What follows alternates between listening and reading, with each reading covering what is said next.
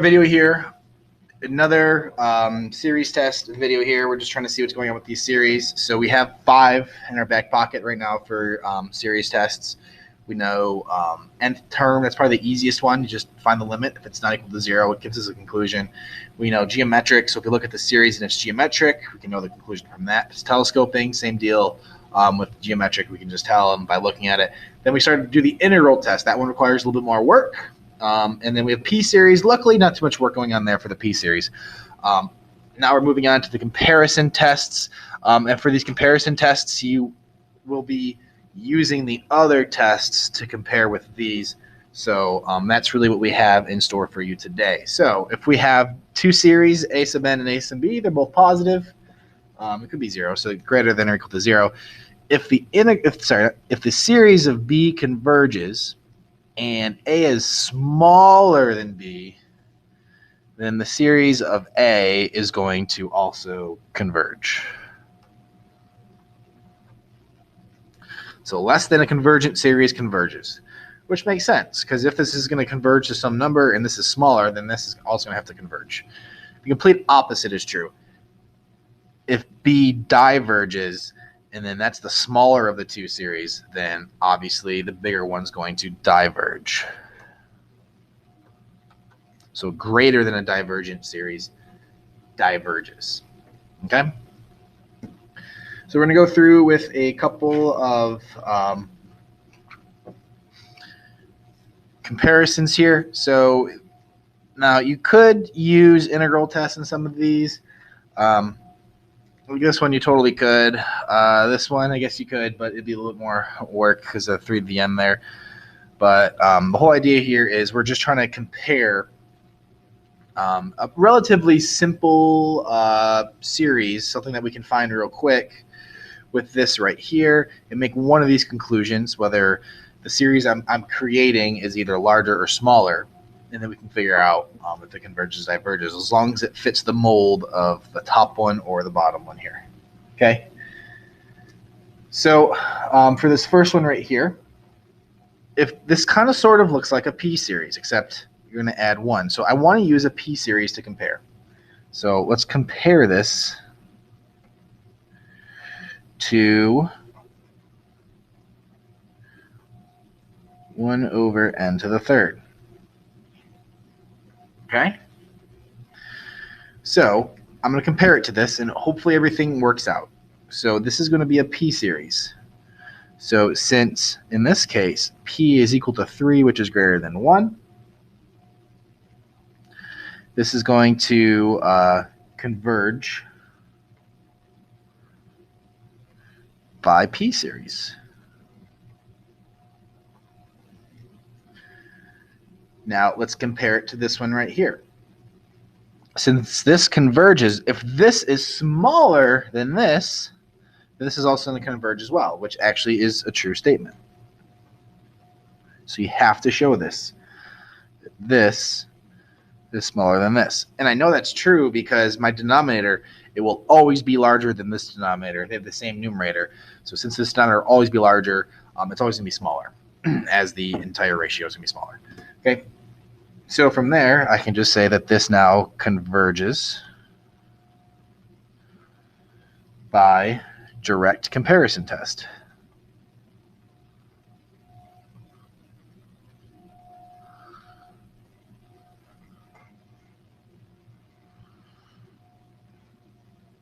Okay, so all we're trying to do is just find something in our wheelhouse. We're really looking for P-series. We're really looking for geometric. We'll get to that one. We're really just looking for those to compare, just because we can compare those relatively quickly. So looking at B here, kind of the same story here of let's find something to compare it to. And so I'm going to compare this one to make this into a geometric, because it's 3 to the n. So it's not P-series because this time the base is my my number here, my whole number. So this is going to be compared to 1 over 3 to the n, which, by the way, 1 over 3 to the n is equal to 1/3 to the n. So that's how I can tell this is going to be a geometric. All right. So since this is geometric, my R value my absolute value of r here is equal to 1/3, which is less than 1. So since I have an r value less than 1, what can I say? I can say that this converges by the geo test. Okay? So since this converges, let's compare these two. So now, if this is smaller than this right here, then we're good to go, which is actually the case. So this denominator will always be larger than this denominator. So this entire ratio itself is always smaller, so this is going to converge by the direct comparison test.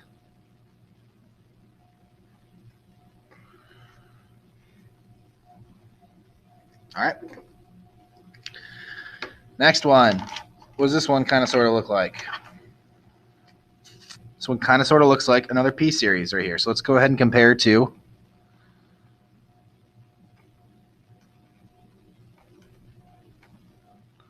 1/√n. So let's just get rid of the -1 right there.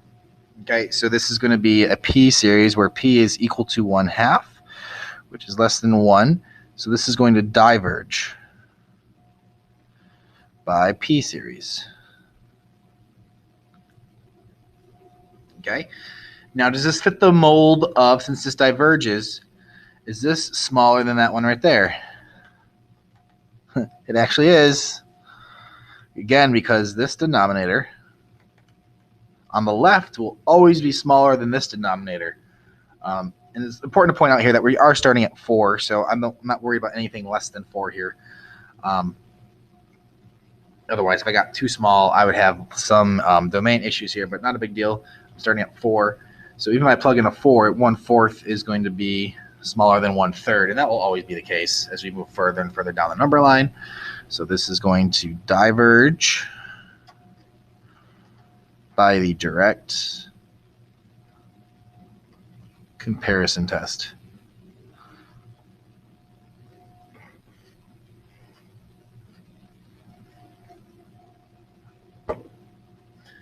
Okay, so those are just some direct comparison tests. Let's go ahead and go into now the next comparison test, which is going to be a limit comparison test. Okay, so kind of sort of the same idea here, where we have two series that they're non-zero and they're both positive. If the limit of the ratio of them is equal to some number, where L is both finite and positive. So it doesn't matter what order we put this in, because if we were to switch B and A, we would get 1/L, when 1/L would still be a finite number, which is just some type of number, and 1/L is still positive. So it doesn't matter what order you put this into. Then the two series either both converge or diverge. Okay, so let's go ahead and look at these right here. So these aren't quite as obvious as my previous ones, because my previous ones I knew exactly how to compare them. They're pretty simplistic, and then it was easy to tell which one was bigger than the other one. Okay, so but for a problem like this, what you're going to try to do here is find out what's going to be the best comparison. And the way to do that is look at the powers here. So I'm going to look here.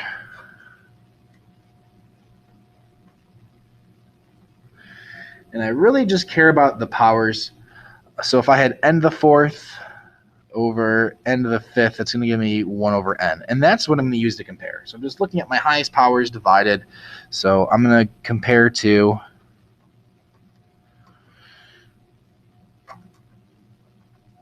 n = 1.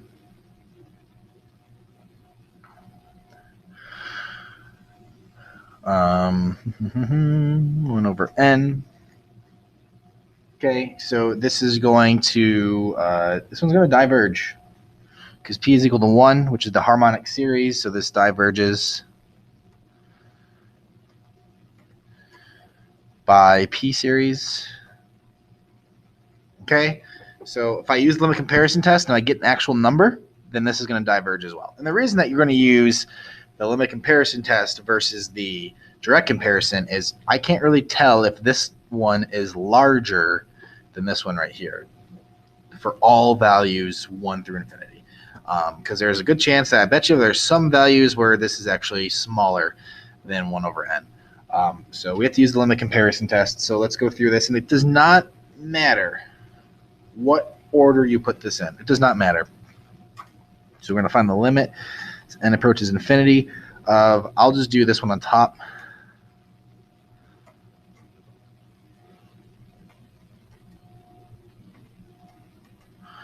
All over 1 over n. So I'm just going to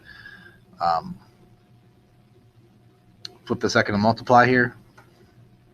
Sure, I'm on the screen.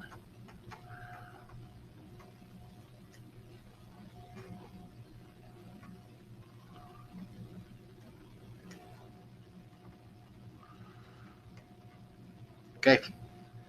And then now this is going to give me an n to the 5th. So the limit as n approaches infinity is going to give me an n to the 5th plus 10n all over 4n to the 5th.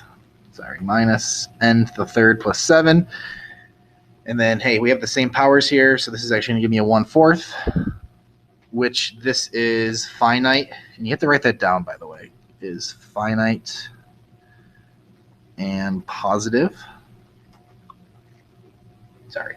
So the 1/4 is finite and positive. Now you can say that this one has to do the same thing as this series right here we compared it to. And so this one diverges. We're also here going to diverge by the limit comparison test.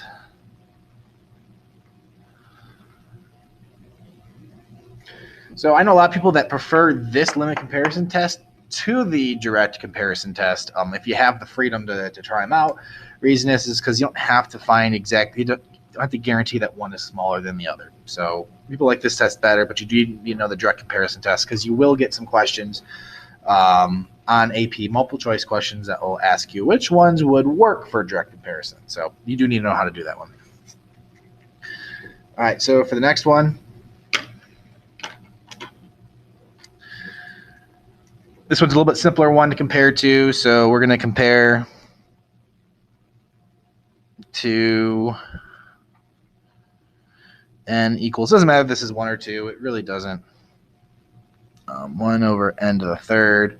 And so this is when p is equal to 3, which is greater than 1. So this is going to converge. So this converges by p series. Okay, so since this converges, if this one is smaller than this one, then I'm good to go for direct comparison, except the denominator is always smaller here, which means that since this denominator is smaller, this ratio is always larger. So this I cannot use direct comparison test because this series is going to be larger than this series. All right, doesn't matter if we start from 1 to 2. Doesn't matter. So I can't use direct comparison test, but I can go ahead and use the limit comparison test. So let's do the limit as n approaches infinity of, I'll do the original, all over 1 over n cubed, which is the same thing as flip the second and multiply here.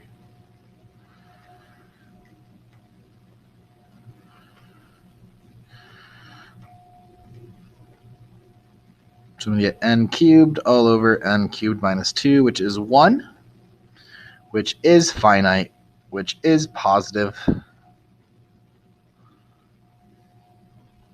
So this is going to converge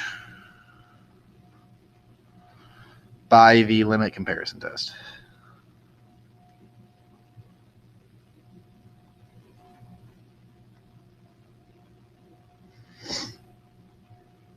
Okay. So there's that. So we just did 2 comparison tests, direct and limit, and that's going to wrap things up.